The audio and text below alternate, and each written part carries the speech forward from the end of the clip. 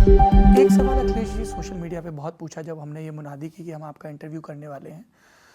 उन्होंने कहा कि अखिलेश जी ओवैसी जी के साथ गठबंधन में इतना हिचक क्यों रहे हैं। राजभर जी से बात हुई, उन्होंने भी कहा कि बात चल रही थी। शिवपाल जी ने भी कहा, क्योंकि वो असदुद्दीन ओवैसी उस समय उस गठबंधन का हिस्सा थे जिसमें शिवपाल यादव जी थे, राजभर जी थे और तमाम पार्टी थे। क्या आपकी असदुद्दीन ओवैसी से कोई बात हुई टिकट वितरण को लेकर? मेरी और उनके दल से कोई बातचीत नहीं हुई, कभी भी? कभी बात नहीं हुई जी। और लोकसभा में साथ हैं, मिलते मिलाते हैं, लेकिन कभी गठबंधन की बात नहीं हुई। अच्छा, कई लोगों ने ये भी कहा कि आपको ऐसा लगता है कि वो यहाँ पे आएंगे तो आपके कोर वोट में डेंट लगाएंगे, इसीलिए जब आप मुख्यमंत्री थे तब भी उनको यहाँ पे जलसों सभाओं की ज़्यादा इजाज़त नहीं दी जाती थी। और इसका काउंटर भी चलता है कि बीजेपी इसीलिए उनको इजाज़त दे देती है, ये भी कहा जाता है। देखिए, उस पॉलिटिकल उसमें मैं इसलिए नहीं उलझना चाहता हूँ कि उनके उत्तर प्रदेश का चुनाव बड़ा चुनाव है और बीजेपी हर हथकंडा अपनाएगी। जब हम कह रहे हैं जाति गिनना चाहिए तो वो कुछ और कह रहे हैं। मैं उनके बनाए हुए पहले सीडीएस की बात कह रहा हूँ, उस पर भी हम पे आरोप लगा रहे हैं। तो किस बात को भारतीय जनता पार्टी किस तरीके से मोड़ देगी, इसका कुछ पता नहीं। इसलिए बहुत सावधान रहना पड़ेगा उत्तर प्रदेश के चुनाव को लेकर के।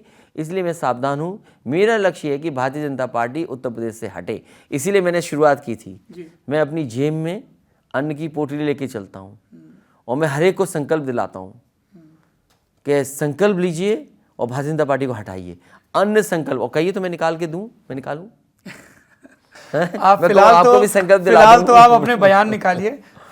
लोगों ने ये कहा नहीं, मैंने रखे हूँ जी। नहीं, मैंने तो कोई शुबहा नहीं किया। नहीं, मैं हर एक से संकल्प दिलाता हूँ। अगर आप चाहें आप भी ले सकते हैं संकल्प। पत्रकारों का एक संकल्प रहे कि पक्ष प्रतिपक्ष सबसे सवाल करें।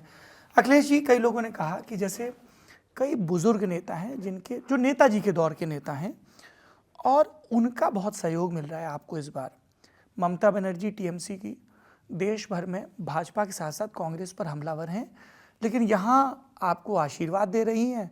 कहा जा रहा है कि एक आध हो सकता है प्रेस कॉन्फ्रेंस भी करें और उनकी पार्टी के कैंडिडेट ललतेश पति त्रिपाठी को भी शायद एकोमोडेट करें। सत्य है? नहीं, मैं जहाँ तक बंगाल में हार की बात है, बधाई देता हूँ बंगाल की जनता को। और आदरणीय ममता बनर्जी जी अगर आना चाहेंगी और मैं बुलाऊंगा तो स्वाभाविक है, बिल्कुल बुलाऊंगा मैं। और क्योंकि इसमें पाबंदियां हैं, अगर प्रेस कॉन्फ्रेंस भी जाएगी तो भी बड़ी बात है। अच्छा। तो भारतीय जनता पार्टी को जो हराना चाहते हैं, क्योंकि इन्होंने उत्तर प्रदेश ही नहीं देश को गलत दिशा दी है।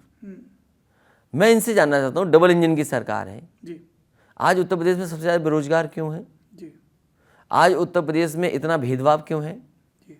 उत्तर प्रदेश में आज गरीबी में लगातार लोग जीवन यापन कर रहे हैं, जिन्होंने बड़े बड़े सपने दिखाए थे संकल्प पत्र के माध्यम से। और इसीलिए भारतीय जनता पार्टी हमारी सूची की तो चिंता कर रही है, लेकिन अपना घोषणा पत्र नहीं ला पा रहे हैं, क्योंकि उन्हें पता है कि जनता पूछेगी कि पुराना संकल्प पत्र का क्या हुआ। जो संकल्प पत्र इन्होंने जारी किया था, घोषणा पत्र चल रही है। बोले अखिलेश जी कह रहे हैं कि पहले भाजपा लाएगी फिर हम लाएंगे। नहीं, मैं इसलिए लाऊंगा कि मैं देखना चाहता हूं कि भारतीय जनता पार्टी क्या संकल्प पत्र में कहती है, क्योंकि पुराने संकल्प पत्र को तो पूरा किया नहीं उन्होंने एक बात पूरी नहीं की। पहले ही जो बात उन्होंने संकल्प पत्र में लिखी वो कहा कि किसानों की आय दोगुनी करेंगे। क्या किसानों की आय दोगुनी हो गई? किसानों को कुचल दिया जीप से।